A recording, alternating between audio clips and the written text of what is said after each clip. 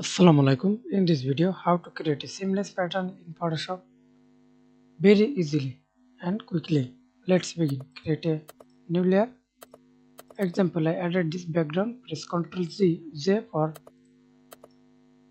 duplicate layer. Use this color.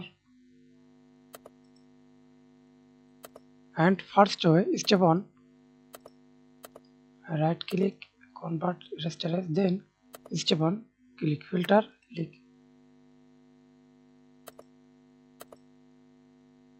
oil paint.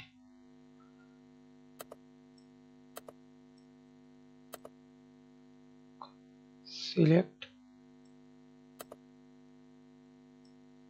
style clearance.